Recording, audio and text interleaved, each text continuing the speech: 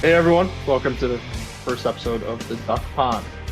It's going to be an exciting podcast talking a lot about hockey and a little bit about beer league too, which is surprising. I know there's a lot of people that like to argue there's a difference between men's league and beer league, so we'll see what pops up over the next couple weeks and months as we get into the beer league season. But we're also going to talk a lot about college hockey, NHL, and pretty much the entire hockey world. Start off, my name's Peter Buffon, Rubber Duckies hockey defenseman, and one of my favorite defensive partners on the line with us, Seamus Andrew, is going to be joining us. Yeah, it's Seamus Andrew. I'm also Rubber Duckies defenseman, an avid beer drinker. Okay, good. So we're off to a good start. So a couple of things about us. We're not just Duckies defensemen, also USA hockey referees. So we have a slight idea of what we're talking about when it comes to the game. So it should be fun there. We could also here and there pop in and talk about some of the controversies that we see throughout the NHL as the season moves on and the officiating gets worse and worse. Oh yeah, no, there's just a huge discrepancy on what calls should be calls, and you just see something. It's not the same across the league, depending on rep to rep. So, um, it's interesting just to try and get into their heads, see what they're thinking there, and whether or not I agree with it, you agree with it, and what the overall consensus is from fans in general. So you guys are probably sitting there and asking yourself, why is this called the duck pod? Has that nothing to do with ducks, nothing to do with water, but it actually does have something to do with ducks. As we said earlier, we both play in the same men's league team, the Rubber Duckies, out in the Buffalo, New York area. What's a better name for two ducks than two ducks sitting in a pond, right? Yeah, Yeah, yeah, can't ask for it's a much great more than name. that. Yeah, It took me all of like 10 seconds to figure it out. Um, we're simple-minded people. that's what the beer's for, really. If you guys could stick around at least 20 minutes, it should get a little bit more interesting once we get a couple in. But Oh yeah, oh, we'll yeah, that's the we'll fun of see it, how eh? it goes. You gotta stay lubricated. What can I say? Just like a well-oiled machine, there's only one other thing that can be our oil. Correct. All right, so let's move on to the first thing. Here, big news coming out of D1 hockey, eh?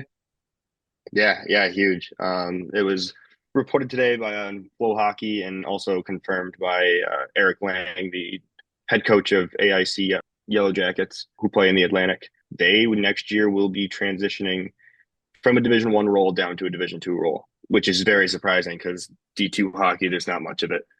There's only one league in the NE 10, and there is no national championship. So it kind of begs, like, what are you fighting for? Yeah, I think there's only, if I'm correct on this, I want to say Clarkson's the only men's team in New York that's D2, right? Or is there No, might be another one. Clark's is D1. Are they D1 Yeah, now? yeah, they play in the What am I ECAC. thinking? Yeah, they're a Oh, Division never three mind then. school. They're a Division three school, same as St. Lawrence. Um, and they're Division one for hockey. Um, for AIC, it makes a little more sense. Like where they play, it's expensive. At Mass Mutual Center, same place the Springfield Thunderbirds play. And the rest of their uh sports teams at their school are Division two. So it's just Division two is just weird for hockey because there really only is that one league in the Mhm. Northeast, and it's just odd. They've been dominating Atlantic hockey for the past 5 years, gone to the national championships three out of the past 5 years, have had winning records, upset the number one team in 2019 um, to move on in regionals. It's super super surprising. And when I saw it, my jaw dropped. I learned about an hour ago. Just Yeah, a to be crazy thing. yeah, for sure. To be honest with you, I would have thought it would have been honestly if we're just looking at Atlantic hockey itself, I would have thought possibly RIT, maybe even Sacred Heart would be the ones to drop out other than AIC because kind of like Clarkson, RIT's that D3 school that just happened to has have D1 hockey at the time. So, Mm. um, You're and not going to like see it out of Sacred Heart. They just built a brand new beautiful facility on campus. RIT loves their hockey too much to go away from Division One. But it comes to thing, it must be a money thing, right? If people aren't coming to the games, you're not making money. So you have to you have to drop down, and it's also a scholarship thing. In Division 1, you can still give scholarship at Division 2, but just maybe not full. Partials, and because there's less need to try and recruit at Division 2 as there is Division 1. Yeah. And as you said, I just pulled this up. AIC has been in the conversation for the Atlantic Hockey Championship since 2018 and they've won, as you said, the last three with the exception of 19 and 20 due to COVID, but Right. still they're like you said, they're a power going down to D2. Right. And with the transfer portal, I mean, I'm thinking I'm going to see most of those kids leave that team. Um, moving down to division, you feel like you're not playing for anything. If there's no championship to fight for, then what's the point of fighting? You know, Exactly. I mean, you can even look at D3 hockey because you get a lot of those kids that don't make a roster, but they're not seeing a lot of ice time at like Niagara, Canisius, Mm. or RIT. They're going out to Oswego, Brockport, Geneseo, just to get minutes, and that's dropping all the way down to D3. And granted, I named better two of the better programs in D3 in Geneseo and Oswego, but Right. still just Well, getting also think that's about it. Would you want to play, like barely play at a Division 1 school that doesn't give any fans, or would you want to go play at a Geneseo, be an all-star, and the barn's packed every single night? Just the atmosphere, especially in these small towns like a Geneseo or Oswego or Plattsburgh State. Like people love those hockey teams, and they will show up for those hockey teams. And you're competing still at a high level of hockey, higher than something you and I have ever played, and it's just so much fun, especially with the packed barn. yeah. I mean, that's the one thing about it. I always love going to college hockey just because of that atmosphere, as you said. You get the band going, you get that student section going. Like I worked to media a lot in the Rochester area when I was in college, and I'd go to RIT games all the time. I'd go to Friday nights. I would choose the RIT games over Amerks games to go cover Oh yeah, every now and then. Just because, going to AHL games fun, but you don't get that same atmosphere that you do with right, that D3 school. right. Um, it's schools are fun. They're electric. Kids are young. They want to have fun. They're at supporting their teams, getting rowdy for the boys. And that's just something so fun to be a part of. And I'd rather do that than go and play in a place that isn't packed and just it's just not as fun. Let's take Atlantic hockey here just for a second.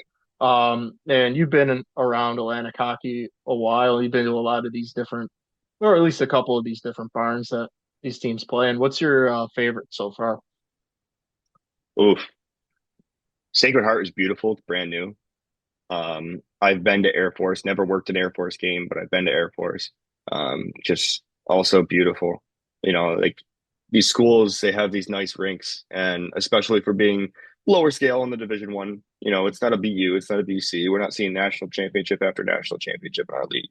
Um, it's you get that automatic bid. You're the one team that goes, and 90% of the time you're playing a Denver, you're playing a Boston College, Boston University guys who are getting number 1 overall draft picks. But I remember being at the Atlantic Hockey championship game at RIT last year against the formerly mentioned AIC Yellow Jackets, and that was just so much fun. Just being there with the corner crew, and those guys love college hockey. It's so much better than an experience than going to a Sabres game where you've got the band going, you've got everybody in there on their feet the entire game, wanting for their school to win. And you can see the same thing in college football. Penn State, Of course, yeah. like Penn State football, incredible. Penn State hockey, incredible. Like it's just so much fun, and I would rather do that than go to a professional game any day of the week. Yeah, no, for sure. And I was just looking this up, like you said, you get that automatic bid. Uh, I'm trying to find if at all Atlantic Hockey's ever had national championship. I don't think they have, from what I Never. see here. Yeah. Never. Um, Yeah, no, the but the closest RIT made it was I think 2013, 2014, something like yeah, that. that sounds about right. Yeah. I know Yeah, that at least Niagara before they moved to Atlantic Hockey, they had a couple pretty good runs in the early 2000s. But yeah. obviously, as I said, that was before Atlantic Hockey. But um, again, you get that opportunity, you just got to take it. Yeah.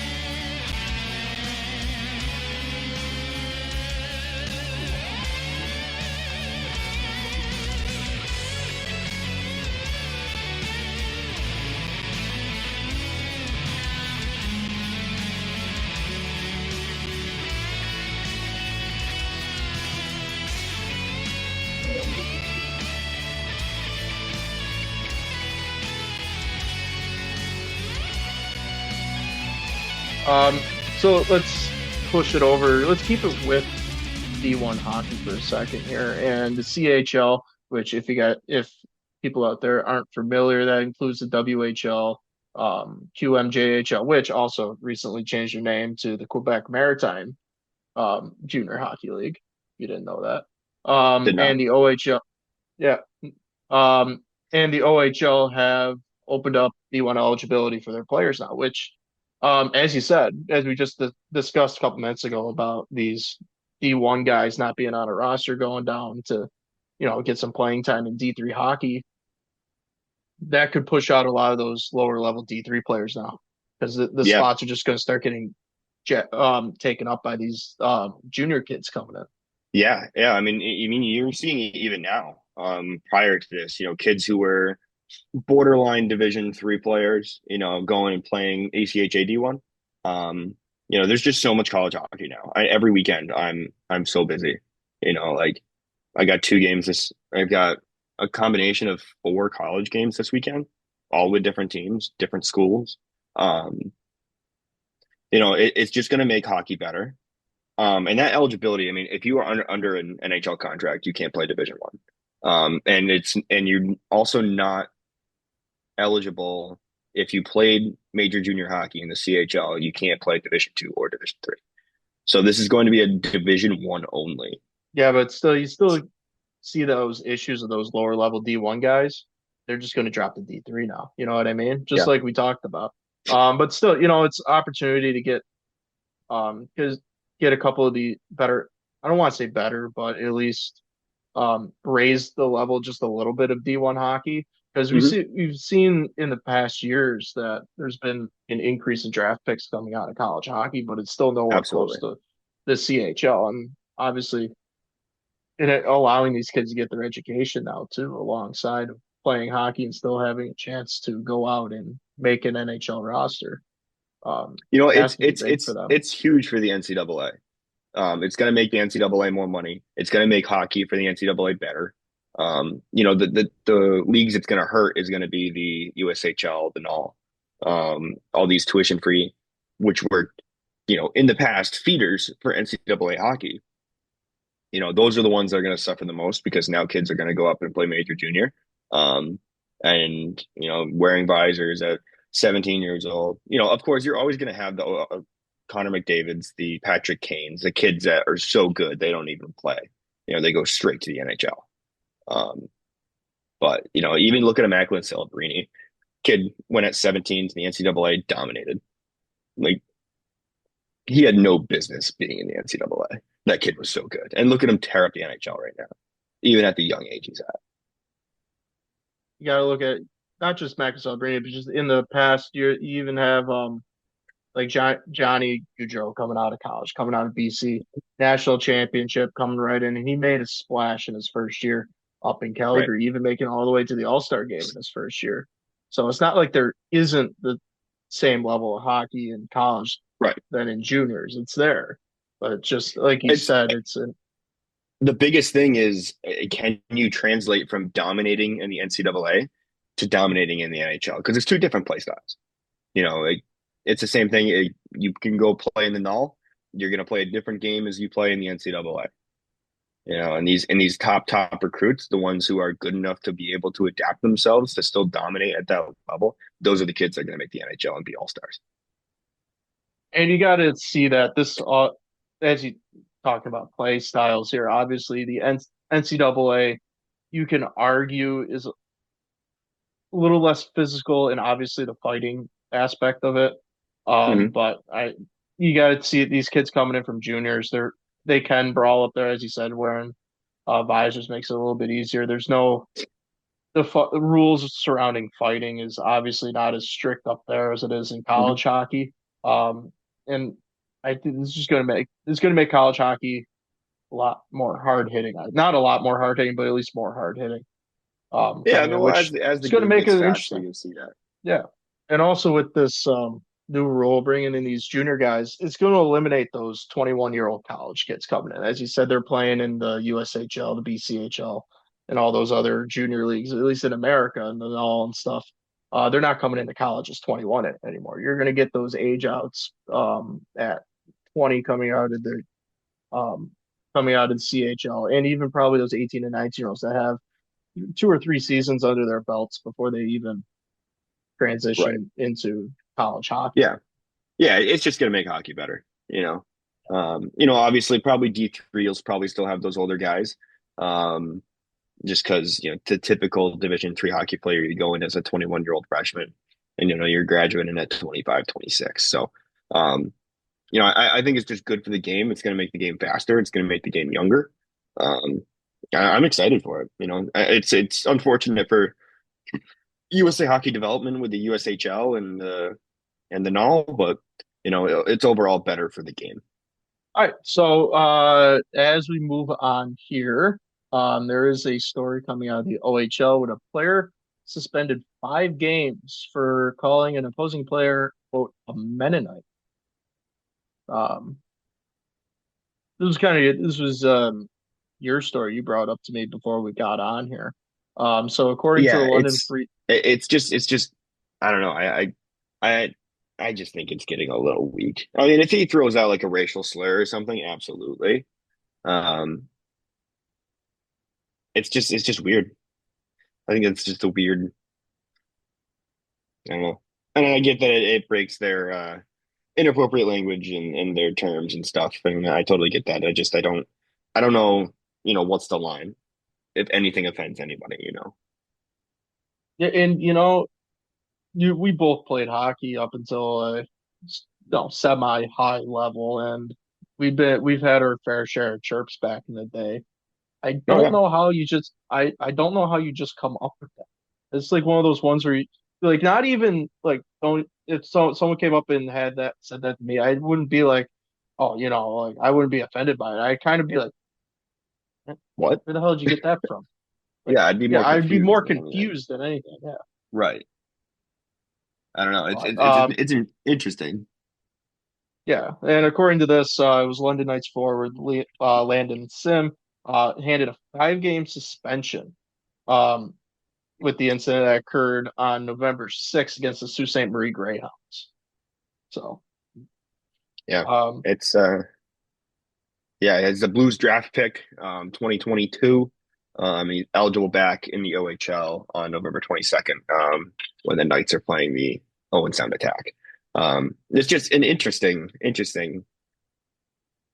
to see. It's definitely weird for okay, sure. so here, reading on with this article, it says, and I quote, Sim had broken the league's code of conduct after he, quote, intended to provoke an opposing player with a marginalizing on both religious and cultural grounds. Um, I mean, yeah, I can see that, but I can uh, too.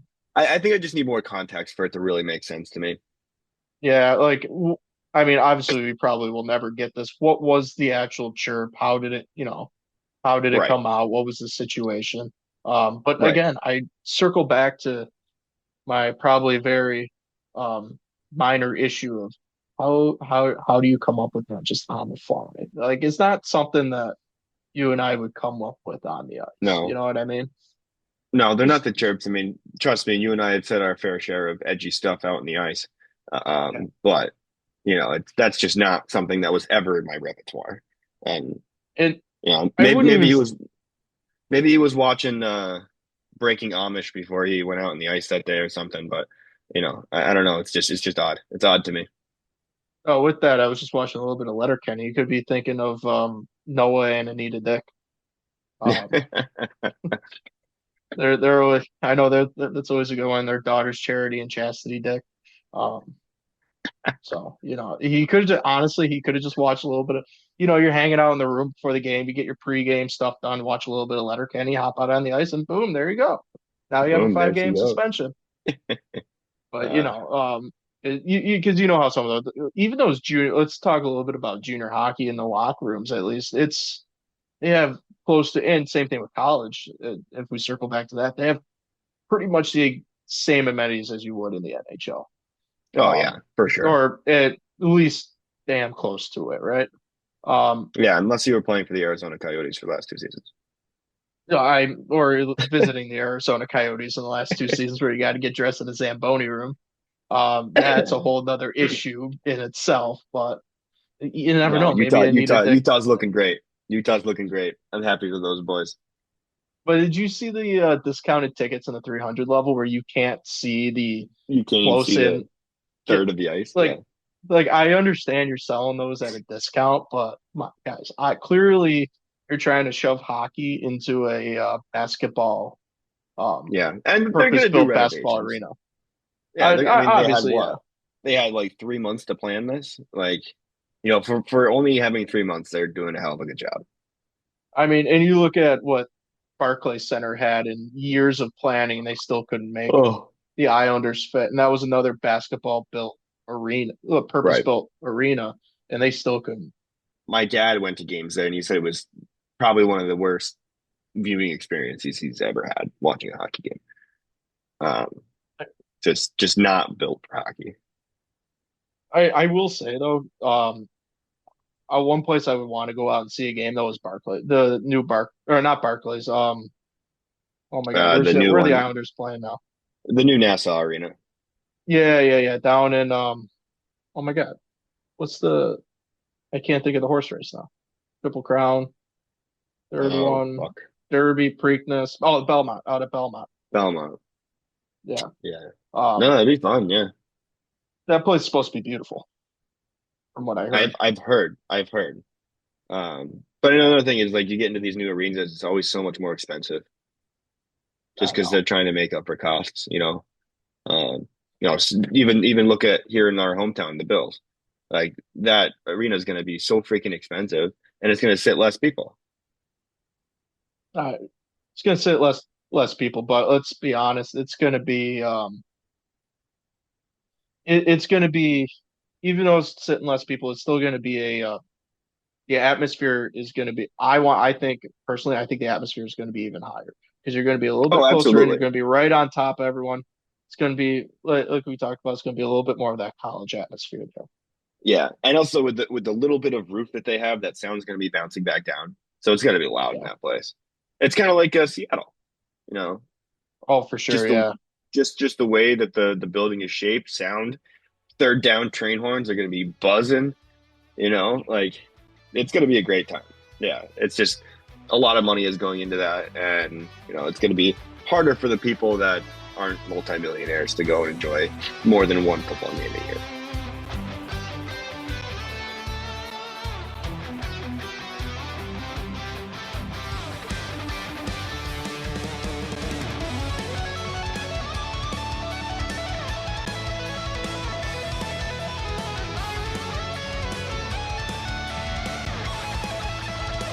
Let's transition a little bit to the NHL after talking about those arenas.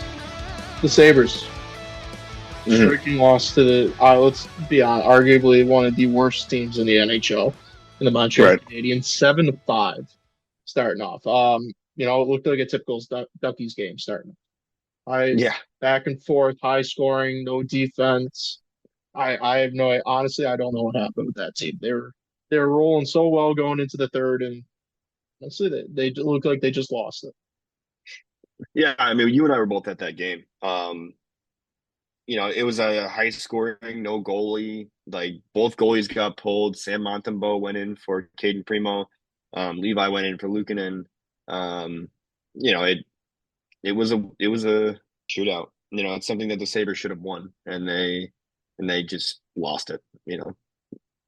I mean, in typical Duckies fashion, they had at least three different leads at three different times in the game, including a two-goal Yep. lead in the third and um, a one-goal lead going.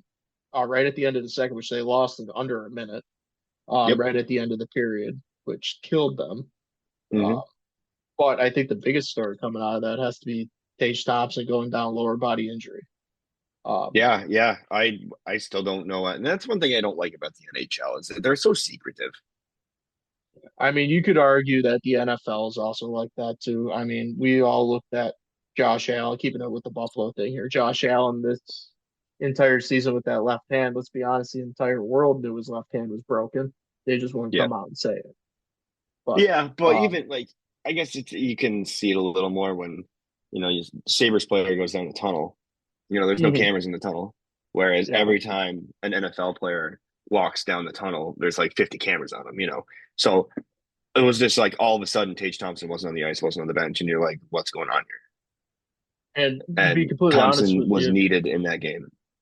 no, he was definitely in that third period. I know Cousins finally woke up a little bit and tried to get the boys going, but they needed his leadership out on that ice. I mean, even Darlene was getting them Yeah. rolling on the back end with a good that assist on that Cousins goal in the second and a Hmm. bomb off the draw on the power play for a goal. Um, but still going back to Thompson, like you said, I was at that game also. I didn't know he wasn't on. I didn't even notice he wasn't on the ice until I came up to talk to you and a couple of our buddies. And I want to say it was you or one of our other Duckies teammates that was like, "Hey, what happened with Thompson?" I'm like, I didn't even know he wasn't on the ice. Yeah, yeah, that was the same reaction I had. All of a sudden, our best player's not on the ice, and you're like, "Oh shoot, what's going on?" So hopefully, hopefully it gets figured out quick. Hopefully by Thursday, and they'll be good to go against the Blues. Yeah, yeah, big game for them coming up to try to get another West Coast win, or at least a win against the West Coast team. But then they go out on the road too. They Yeah. go out on that first Pacific Coast swing to Anaheim, LA, San Jose, which a good opportunity to get a couple points out on it. More Yeah, than a couple absolutely. points They out got to on that take trip. 4 out of 6 on that. They got to take at least 4 out of 6. And we know they can beat the Kings. We saw that in their home Hmm. opener, which again they just lost that not nearly single-handedly to an Anze Kopitar hat trick. Which Yeah. again, I was also at that game, and I'm going to Yep. be completely honest with you. I'm pretty sure that's the first hat trick I've ever seen live. Which interesting. It was I a think it cool was mine too. experience. I Yeah. want to say it was a cool experience being to see one. Just wish it was a different circumstance, obviously, but Yeah. And Anze Kopitar is just such a good freaking player. Dude, I've always kind of liked them too. Yeah. too shifty out there. Dude's shifty. And he just knows where to be and he help bring 2 cups, 2 cups to Los Angeles, something even Gretzky couldn't do. So For sure. kudos to him for that. Um, but still, they're going out. Sabres going out on that West Coast swing. Not only do we know they can beat LA, it's Mhm. San Jose and Anaheim. I mean, in with the condition this team, we saw that the Sabres team last week, 5-1 against New York. Even that big win against the Stars earlier in the season. Mhm. They easily can take 6 points on this 3-game road trip coming up. Absolutely. We know the Sabres are a good enough team to compete with the big boys. We just need to keep competing and not have mental lapses like we had against Montreal. There's no reason Montreal should be winning that game. Not at all. And you could just it just kind of shows you how streaky this team has been the last 3 years. I mean, Yep. look at their season so far. 3-game losing streak, 3-game win streak, 3-game losing streak, 3-game win streak. I mean, Right. Yeah. they just cannot string four together. And it's like that scene from Major League. He walks in and goes, "We won a game yesterday. We win one tomorrow, it's two in a row. We win one the next day. That's called a winning streak." They just can't Hmm. seem to get it rolling. No. Um, Yeah. Last and game, like 10 games, Sabres are 6-4. Montreal last 10 games, 3-6-1. Montreal sitting at the bottom of the Atlantic Division right now, 12 points. Sabres only 3 points ahead of them and tied for fifth in the Atlantic. The Atlantic has become a very who's gonna win it. Panthers are pulling away right now, just looking uh, absolutely amazing as they always do. I mean, the Panthers are the Panthers, though. That's just let's be honest, that's an all-star team with It them is. over there. It is. Um, but I'd say it's really the 2 and 3 spot, like you said, are up for grabs. I think are anyone's game. Yep. Toronto is no one really knows where Toronto is. Tampa's not what they used to be. No, Even Boston's not Boston. what they used to be. Boston was a surprise. I'm going to be fully honest with you. I thought they were going to give the Panthers a run for their money in that first, and what I've seen so far this year, it hasn't been there. I mean, they even look back to the last game and Linus Allmark's return to Boston. They couldn't Hmm. even pull out a win against the Senators. And No. again, the Senators are a team that everyone thought was going to be, bottom of the barrel, but they're turning out to be. I mean, we're always a chippy team with Brady Tkachuk, but they're turning out to be a little bit more than everyone thought they could be. Yeah, and Ottawa's sitting right 1 point behind the Sabres right now. Um, in sixth place in the division. But from Boston in third to Montreal in last place in the Atlantic, it's a difference of 4 points. That's 2 games. We're going to see a lot of shifting. I feel like this year there's a lot of parity that's going to be in this Atlantic division this year. Where you look at these, you know, Lightning are on a 4 game losing streak right now. Sabres lost one in a row. Ottawa's got 1 win in a row. Red Wings losing 2 in a row. I mean, it's not like these massive streaks, other than the Panthers, who have won their last 7. And if you look at, just look throughout the entire league, there's no other team with a 7 game win streak. The Jets, arguably the best team in the league, they're on a Mm-hmm. 6 game win streak, and that's the closest you're going to see. Those are, let's be honest, the Panthers and the Jets are going to be the top 2 teams this year easily. Yeah, it's Um, their cup. It's and their cup to lose, essentially.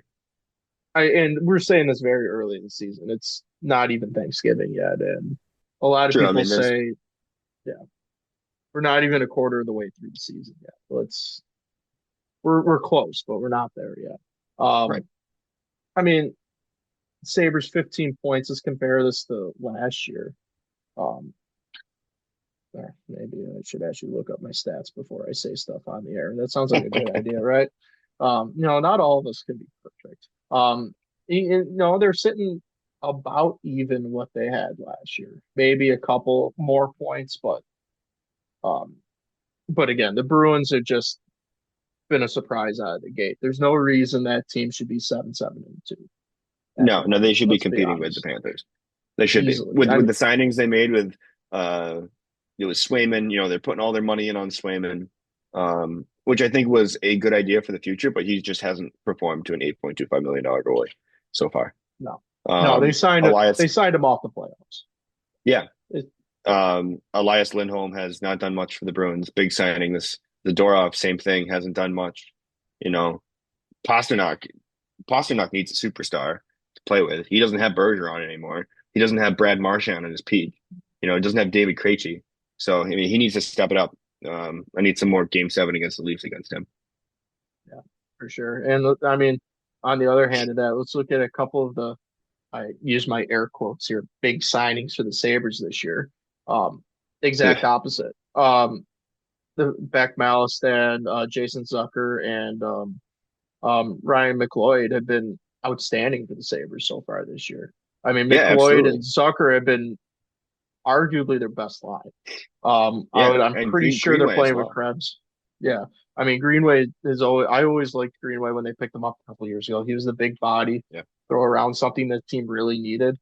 Same thing with Hmm. Jason Zucker, willing to throw the hands when needed, throw the body around. And one thing I hadn't seen in a while that I saw back at that LA game is when he took that penalty close to the end of the game and he got that 10-minute misconduct right at the end of the game, Hmm. breaking his stick, throwing stuff down the aisle. I don't think I've seen that out of a Saber in at least 8 years, probably closer to the full 13. It was just Yeah, something I that mean looked that's the refreshing. passion that wins you games.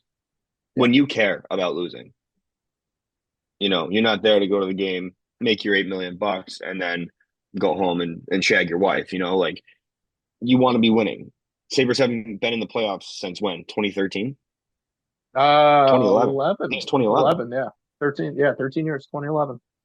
Um, and to pull out another, I don't know why I'm using so many Letterkenny and Shorzy, mostly because Shorzy is a great hockey show. Let's be honest.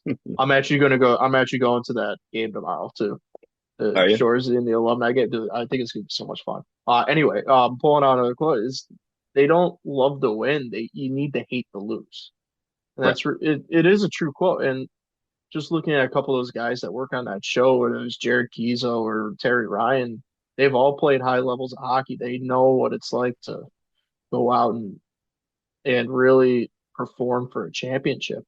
And Hmm. he has it in the bag there, and it's something that Sabres need is that passion to not lose, bring back something to this city that they haven't seen since 2007, Yeah. in an actual run where they're competitive in the playoffs. Yeah. Sabres have been to the finals, what, once? Uh, Twice. No, at least three times. 75 again, they lost to the Flyers. 99 to to Dallas. Conference finals against Carolina in '05. Yeah, when Carolina And went to I'm win it. pretty sure. Let's be honest. Yeah. If the like three-quarters of the Sabres defense didn't, like, Jay McKee almost got his leg amputated that year.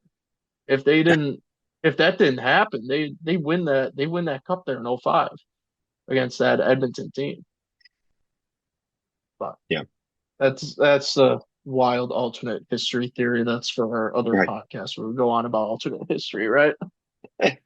Just like at Yeah. No. the bar before our game the other week. Um, Just having arguments. The bartenders over there, like, what the hell are they talking about? I don't know how it came around, but excuse me, I think we described the entire extended royal family in 20 minutes. Yeah, just about. Yeah, just about. Yeah. And I think that brings us into, I think we can argue our last topic for this episode is the difference between beer league and adult league. Um, Okay. and it's a weird line that a lot of people can't really see. Is Yeah, that I agree. adult league in my mind is like you're playing in the NHL. That's what it's there for. You're there to win. You're going in, you're going to go do a job. Beer league Yep. is you're coming in, having some beer with the boys. Let's have some fun and let's wake up for work the next morning. I That 100% agree with you. and Of course, you want to there's go in. You want to win. Like, you don't of like course, yeah, losing. But yeah. this is a social outing. This is why we do it. We do it for the social. And let's be honest, when we play, we know exactly which team's which and which league we're playing in that night. Because you can probably agree with me more being on the team a little bit longer than I have. Every team's different, whether you're playing a beer league team, whether you're playing an adult team. And we Yep. know exactly who's who when we step out on that ice.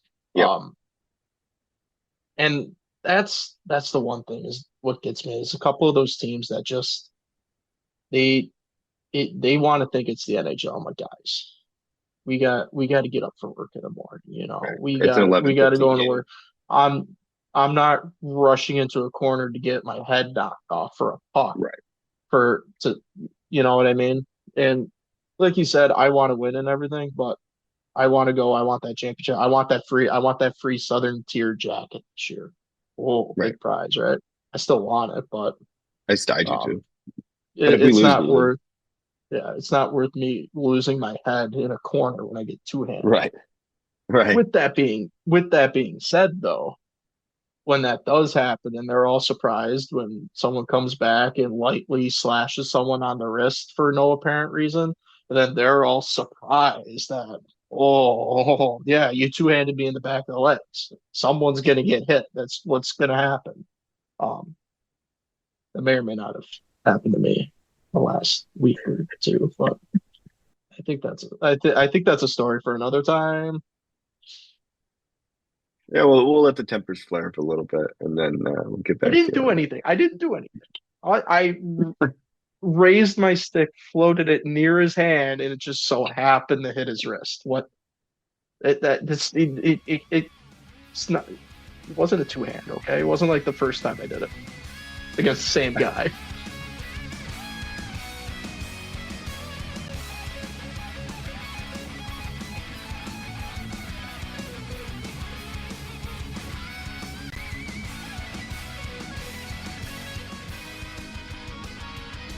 the Duckies this week. We're looking forward to for a team. We haven't played these guys. Yeah, this is a Have we? new one. I want to say it's the Hornets, if I remember my press releases correctly.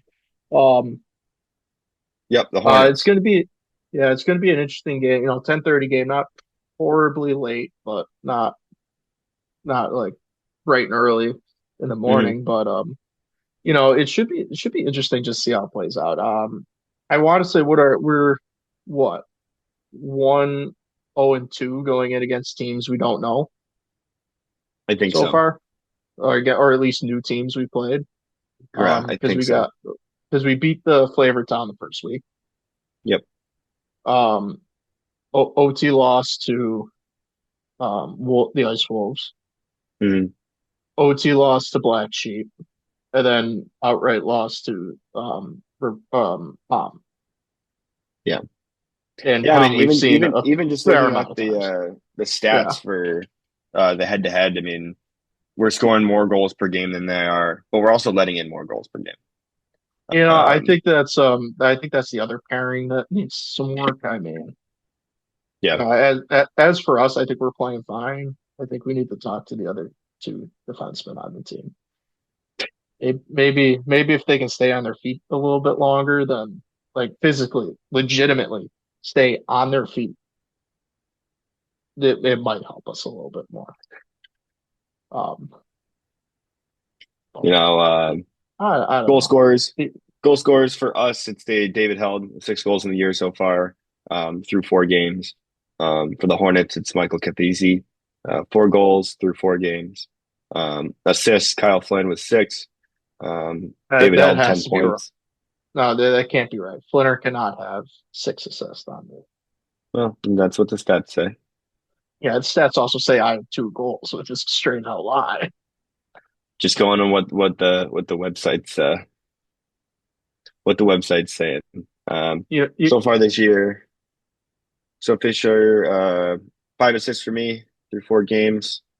Um, and for you, through 4 games, 2 goals, 4 assists, 6 points. So, even the decor, like we're doing what we need to do. Zachary Mecca leads the team in penalty minutes with 2. really Um, interesting. yeah, Interesting. I would think that would be O'Brien or Held at that point. I think there's just a whole bunch of guys tied at 2. Uh, it's- you're looking at one.